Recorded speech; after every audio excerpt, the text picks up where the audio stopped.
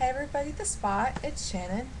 I thought I would do an update video because we're trying to revive the Voices thread and I haven't been online that much, so I ended my job at GlaxoSmithKline on September 12th and then I went home to New York for a week.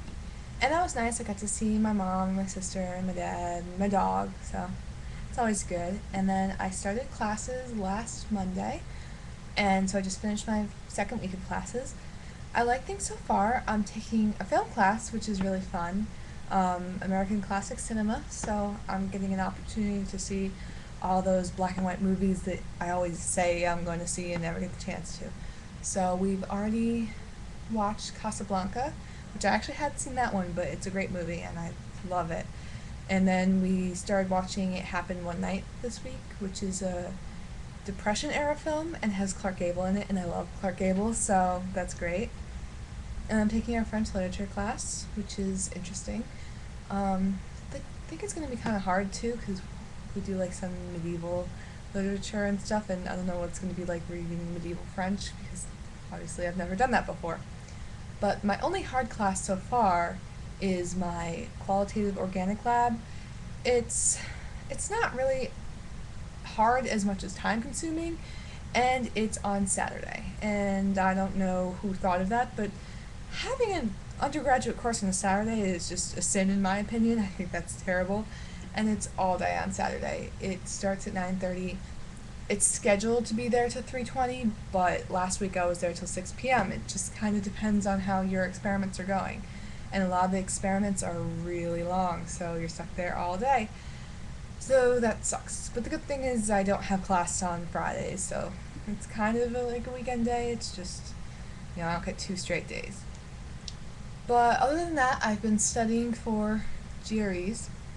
I am taking my chemistry GRE this coming Saturday, which I should be studying for it now, other than that. And then I'm going to take the general GRE sometime in November. And on top of that, I'm also doing graduate school applications, trying to fill all that stuff out. I'm applying to 5 or 6 schools. I'm pretty sure I'm applying to Cornell, which is where I really want to go. It's a really good school for chemistry, and it's close to my hometown. It's like 3.5 hours from Saratoga, where my parents live. So that's a doable distance. I could do that in a weekend if I had to. I'm applying to Yale, just because it's the last time I'm applying to schools and they have a pretty decent program, and it's also not that far. It's like 3 hours from home. The only faraway school I'm applying to is UNC Chapel Hill, so they have a strong program too. And then I'm applying to RPI, which is in Albany, so that's a safety school for me, but I could save a lot of money if I went there because I could live with my parents for a couple of years. And the last school I'm applying to, I think, is Dartmouth, which is also around 3 hours away from home.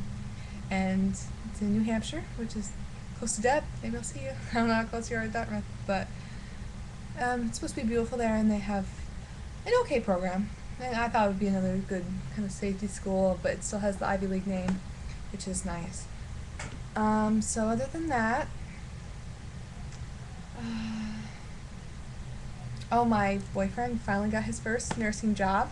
He started training, I guess, 3 weeks ago. He's working in a dialysis clinic, which isn't exactly what he wanted. He would have preferred to work in a hospital, but he applied to over 300 jobs and he finally got this one, so he's really excited, and things have been really good for us too. He was in a very just negative, down on himself mood all the time when he was looking for a job, and ever since he's got the job, he's been great. We've been getting along really well, and he's really enjoying having money and spoiling me a bit. He's been taking me out to dinner and stuff like that.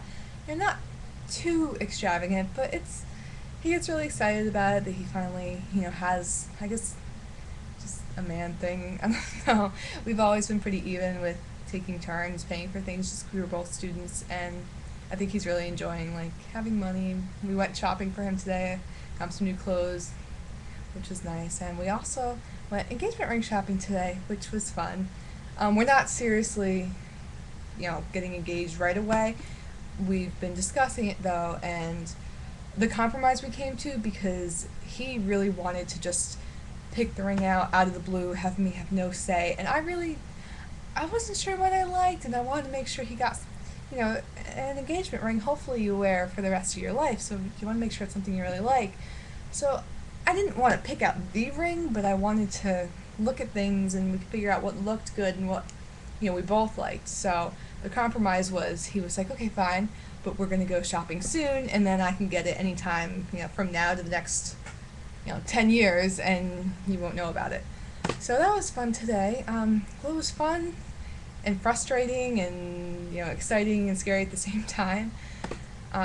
Some of the places we went were really nice. We went to this family-owned jeweler, which was great. They were very laid back. They didn't pressure. I don't like to be pressured at all. And I got to just try things on. And the only thing that sucked is I have really big fingers, and all the engagement rings I had to put on my pinky finger, which is kind of, you want to envision it on this finger, and it had to go on this finger because they carry all the rings in a size 6, and my ring finger is a size 8 because I have short, stubby fingers.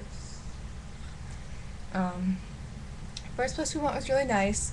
Then we went to some other places that were like wholesale jewelry places, because Philadelphia has a jeweler's row that there's all these jewelry stores all down 8th Street.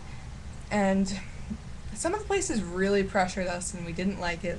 We went in saying that we weren't going to buy today, that we were just looking to get an idea, and they'd be like, oh, this ring is worth $7,000, but I'll give it to you for $3,000. And, we'd say, no, we're not buying a ring today. And they'd be like, oh, $2,500, and it was kind of ridiculous.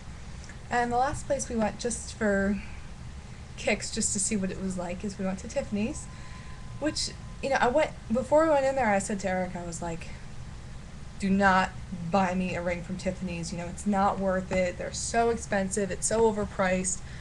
But I have to give them credit. They do a really good job there, and the rings are beautiful. And I think a lot of it is, the ambiance of the place and the lighting. They've got to have something in the lighting that makes these rings look incredible. Like, they were just so sparkly. I was amazed. I didn't think it was possible. So I have to give them credit. I was impressed with the jewelry. It was beautiful. Definitely was good quality, but I still just, once the sparkle effect wore off, as we called it, I guess it's like a Twilight Edward sparkle effect. And after you went home and thought about it, it's like, they're beautiful, but they're not worth the money. Our budget, we wanted to stay well under $5,000 if we could, because I personally just don't understand spending that much money on a piece of jewelry. And some of the stuff we looked at, there was like a 0.8 carat ring for $8,000, a 0.4 carat for $4,000, and I was like, I would have to get like half the size ring I wanted, so that's not doing that. But it was fun to go, and I'm glad we did. It was fun. But so that's my girliness of the day, and it was fun. So hope everything's well with everybody there. Welcome to the new members of the spot, and hope to hear from you soon. Bye.